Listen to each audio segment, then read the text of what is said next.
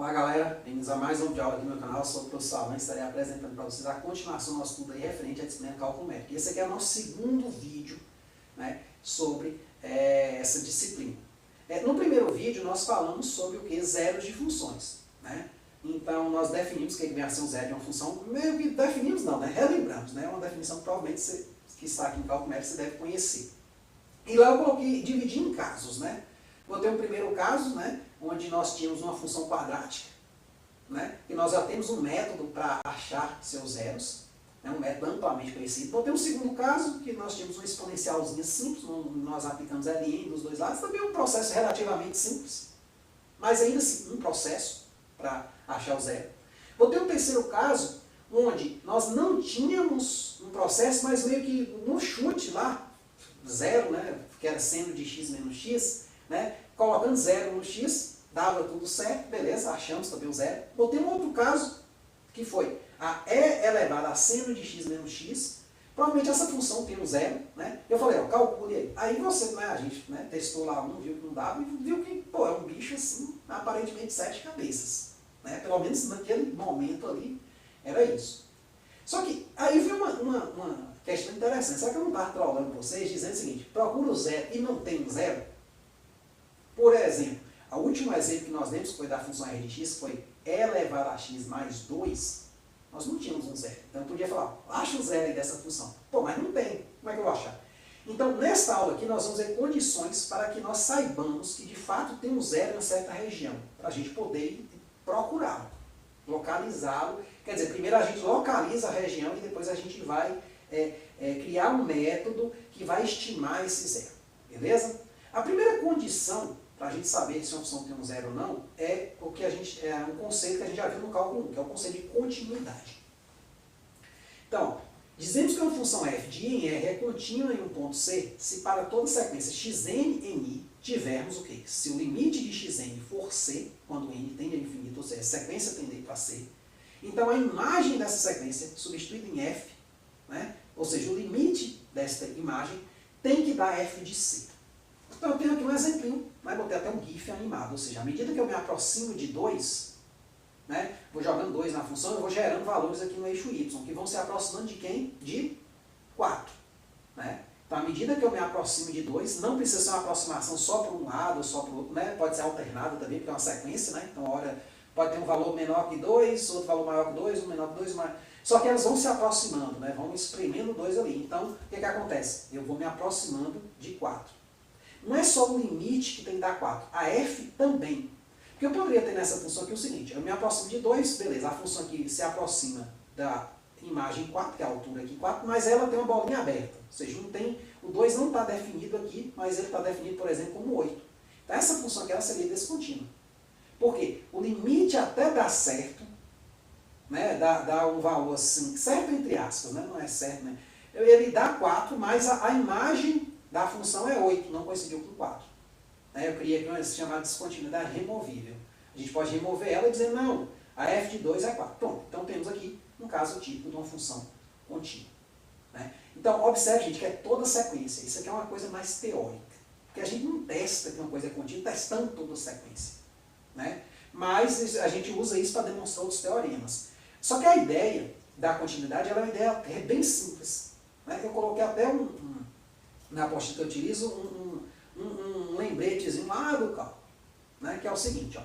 A grosso modo, dizemos que f é contínua se, ao traçarmos seu gráfico com lápis, não o levantamos no papel. Essa função aqui, ó, a função f de menos 1, 1 em menos 1, 1, dada por f de x igual a x ao quadrado é contínua. Ó, de fato, ó, se eu pegar essa parábola aqui de menos 1 a 1 ó, e traçar aqui o gráfico dela, ó, eu consigo traçar sem tirar o lápis do papel. Ou no caso aqui, eu estou usando a canalizadora sem tirar ela da prancheta. Claro que não vai ficar uma coisa muito boa, né? Talvez eu não consiga, né? Mas assim, teoricamente vamos imaginar que a gente sabe desenhar direitinho. Por outro lado, a função g de menos 1 em 0 unido de 0 a 1, note que o 0 aqui ele está aberto. Né? Esta função aqui, indo em R, com contradomínio real, dada por g de x igual a 1 sobre x, é descontínua, uma vez que em 0 precisamos dar um salto para traçarmos o outro lado. Então aqui, ó, eu venho aqui traçando, ó, de menos 1, né, aqui em x venho traçando. Só que quando chega aqui, ó, eu preciso vir para esse pedaço, eu tenho que tirar a canalizadora aqui do coisa e para traçar essa banda de cá. Tá certo?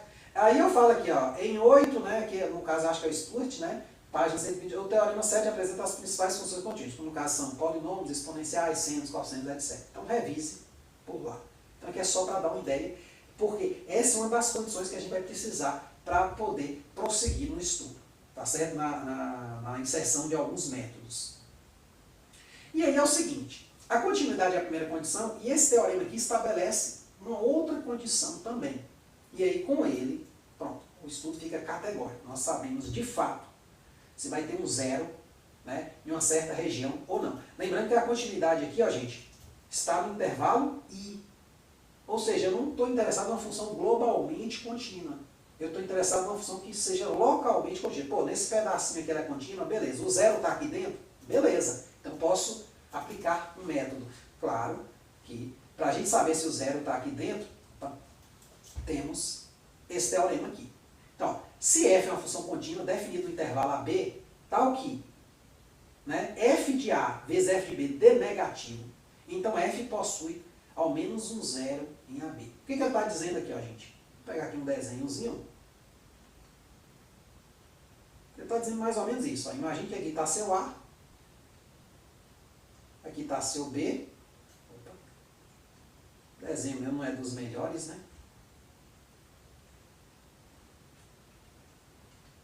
Então aqui está f de A, opa, aqui é f de B, né, e aqui é f de A. Aqui é o f do A e o f do B. O que acontece, gente? Observe que o f de A aqui deu negativo, né? Está aqui na parte negativa do if, e o f de B deu o quê? Positivo. Está aqui na parte positiva. Né? Então houve uma mudança de sinal. Então esse teorema está me afirmando o quê? Que ela tem um zero. Claro que desenhando fica claro, ó, o zero está aqui. Né? Esse caminho aqui, esse intercepto aqui da curva com o eixo x. Né? Tá aqui o eixo x, aqui o eixo y. Mas é um teorema. Se é um teorema, ele admite uma demonstração. A demonstração eu não vou muito pegar nessa aqui, porque ela é uma demonstração mais, né, lá do cálculo 1 do que propriamente aqui do cálculo métrico. Mas algumas demonstrações eu vou estar fazendo ali no quadro. Aí o que eu recomendo? Que você veja as demonstrações, né? Porque a gente não deve estudar somente a aplicação da ferramenta. A gente tem que estudar por que aquela ferramenta funciona também. Isso vai nos ajudar muito, né? Você entender o processo. É como se você falasse, pô, eu sei usar um computador, mas eu também sei montar um computador. Pô, você sabe, né? Tudo ali então. Né? Então a nossa ideia é essa. Em alguns casos eu vou estar fazendo demonstração, claro. Se o seu foco for só a aplicação do método, beleza. Né? Você pode pular o vídeo, ou até indicar lá nos próprios vídeos. Então, está aqui um teoremazinho. A demonstração desse teorema é o seguinte, ela envolve o quê? Um teorema conhecido lá do cálculo 1. Ela sai quase que, eu diria, imediatamente desse teorema, que é o teorema do valor intermediário. Ó. Então, a aplicação do teorema do valor intermediário, né? A aplicação direta do teorema do valor intermediário, ou seja, essa demonstração aqui praticamente sai com o teorema do valor intermediário. O que ele diz? Então, o enunciado do teorema do valor intermediário é dado o seguinte. Suponha que f seja contínua em um intervalo fechado AB e seja n um número qualquer entre f de A e f de B, em que f de A e f de B são o quê? Diferentes. Então existe um número C, tal que f de C desse n. O que ela está me dizendo, gente? Está me dizendo um caso mais geral desse aqui. Que é o seguinte, eu tenho aqui uma função, tenho aqui o A, tenho aqui o B, aqui está o f de A, aqui está o f de B, tá certo? E aqui eu tenho um n aqui no meio, ó. O n aqui nosso está entre A e B. Né? Então ele está aqui, ó. O que eu estava dizendo? Que existe esse C aqui, ó. Tá, o que é essa f de C desse n. Tranquilo. Certo? Então esse teorema está demonstrado lá nesse material, né? Acho que é o Stuart, né? Vou ter até a referência aqui, se você quiser dar uma olhada. Está lá nas referências lá da apostila. Então, assim, eu tenho um resultado aqui mais geral. Por que eu digo mais geral? Porque se eu fizer esse n igual a zero, eu tenho todas as hipóteses que o meu teorema está colocando aqui em cima. Olha, contínua, está aqui os dois. Se f de A e f de B são diferentes, e o zero está entre os dois, quer dizer que um é negativo e o outro é positivo. Então, essa condição está satisfeita. O produto dos dois vai dar um número negativo. Então vai existir o quê? Um C tal que esse f de C de zero. Que é o que eu coloquei aqui. Ó. Primeira condição, ela é contínua. Segunda condição, ela é negativa. No caso, ó, então, consequentemente, o que pede o teorema de valor intermediário que seja diferente já está satisfeito, porque se um deles fosse zero, não daria menor que zero, daria igual a zero. Tá certo? E aí a gente pega n igual a zero entre f de A e f de B, como eu falei. Então a gente tem a demonstração imediata. Então temos, portanto, todas as hipóteses do teorema de valor intermediário satisfeito. Logo, existe um C, no caso P, né, que é a nossa raiz, tal que, né, em AB, tal que essa f de C é zero. E é uma coisa interessante, olha, é contínua, né? Se é contínua, a gente consegue traçar isso aqui sem tirar o lápis do papel. Então eu estou passando uma região negativa, onde o y meu é negativo, com a região onde o y é positivo. Então eu tive que passar pelo zero, porque eu não tirei o lápis do papel. Tá certo? Então, em algum momento eu tive que passar pelo zero. Tá certo? Então, tem aí esse teoremazinho. E aí tem um caso aqui, né? Esse exemplo aqui, alguns eu vou estar fazendo aqui, gente, só explicando, outros eu vou estar lá no quadro explicando com mais detalhes, né? São exemplos onde a gente vai ter um desenvolvimento maior, certo? Para não ficar só aqui no slide também, eu gosto muito de usar o quadro, a gente vai estar usando em alguns casos também o quadro, beleza? E também até softs, né, que vão fazer esse papel aí pra gente. Então, ó, a função f de RR dada por f de x igual a x à quinta menos 4x mais 1 é tal que o f de menos 1 é 4. Como é que eu sei que eu sou f de menos 1 é 4? Jogue o menos 1 e veja. Né? Vou pegar aqui minha calculadorazinha, ó, só para usar ela um pouquinho. Ó. Vou clicar nela aqui. Ó. Eu tenho essa função aqui. Ó. Menos 1, né, elevado a quinta, né, menos 4 vezes, né, abre parêntese, menos 1, ó, mais 1, bato igual, deu 4, ó. E se eu jogar o 1, né, eu posso dar uma de esperta aqui, deixa eu ver se dá certo, dá. Vou apagar aqui, ó. Ah, não, deletou o da frente, né? Então, bota aqui, ó, vou apagar aqui, ó, como é o 1 e o menos 1, né? Não precisa apagar o parêntese não, se não quiser. Vou apertar igual, menos 2. Então, observe o que ela mudou de sinal, né? Então, o que a gente pode concluir daqui? Então, por se tratar de uma função polinomial, esta é contínua, né? Quem estudou continuidade sabe disso. Se lembra que eu falei para dar uma revisada, isso aqui está lá na apostila, né? Uns lembretes que eu coloco, né? Além disso, o quê? Houve a mudança de sinal. Então, as duas condições que eu preciso no teorema foram satisfeitas, que é o quê? Continuidade e que a f desses dois indivíduos dê sinais contrários, ou seja, dê negativo o produto delas. Portanto, o teorema 1 assegura que existe ao menos um zero entre menos 1 e 1. Para visualizar melhor a situação, utilizando o GeoGebra. Então, esse gráfico aqui, assim como, né, eu acho que quase todos da apostila, eles foram feitos no GeoGebra. Né? E aí, observe, o zero está aqui. Tá vendo? Mas, observe, ó, a f de menos 1 deu 4, como eu afirmei aqui, ó, positivo, né? A f de 1 deu menos 2, está aqui, ó. Então, nesse intervalo de menos 1 a 1, tem que ter um zero. Vamos lá para o GeoGebra, vamos aqui rapidinho, ó. Ctrl F, cheguei aqui na net, ó. Estava até aqui agora, olhando ali, postando um vídeo. Então, vamos lá. GeoGebra. Nossa função é quem? Deixa eu ver aqui, x à quinta menos 4x mais 1, né? Então, vamos lá.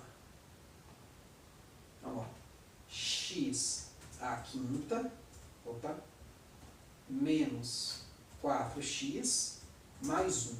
Bom, tá, minha funçãozinha está aqui. Se eu clicar aqui no GeoGebra, como eu falei, olha, eu tenho uma ferramenta interessante. Então, a raiz é quem? É esse valor aqui, ó, 0.25024... 5, 3, pronto, uma boa aproximação. Né? O GeoGebra contém alguns errinhos, então às vezes esse número aqui não está tão preciso. Vou falar disso aí ao longo do processo. Mas observar a imagem dele é zero. Então se eu pegar esse valor aqui e jogar na minha calculadora, provavelmente ou eu vou obter zero ou um valor bem pertinho de zero. Por quê? Porque aqui não é o valor exato, talvez. Né? Ninguém garante que não tenha mais casas, esse número foi trucado aí, tá certo? Ou arredondado, né? Então, nesse caso aí, se eu jogar ele, é esperado que dê um zero teórico, né? Vamos pensar assim, né? Idealizar esse cara, ou que dê pelo menos bem pertinho, né? A gente vai estar falando disso aí ao longo do processo. Então, tá aí, né, a interpretação, né, dessa coisa. Ou seja, existe um gráfico subjacente a essa função, e neste gráfico, o valor zero ele é o quê? O que corta o eixo x. Mas por que eu sei que tem um zero? É porque eu estou olhando aqui o gráfico e sei disso? Não precisou. Porque o fato dela ser contínua, e esses dois caras aqui darem sinais, né, diferentes, que me mostrou isso. Até porque um computador, quando você pede para o local usar o zero, ele não vai fazer o gráfico, olhar, ele não é inteligência como nós. Ele não vai fazer o gráfico, olhar, tem um zero ali, vou procurar. Não. Ele vai partir de um processo que ele vai exigir apenas o seguinte, que seja contínua a função, né, e que esses dois caras tenham sinais diferentes. Beleza? Então, basicamente, isso aí nesse vídeo aqui. Então, as condições são o quê? Continuidade e mudança de sinal. Beleza? Depois eu volto com alguns exemplinhos ali no quadro, né, para a gente estar trabalhando também. Mas esse aqui foi mais simples, né? Essa primeira parte é mais simples, então a gente fica por aqui mesmo. Beleza? Então é isso aí. Espero ter entendido, tenham gostado. Qualquer dúvida, gente, é só colocar nos comentários. Muito obrigado. Até a próxima.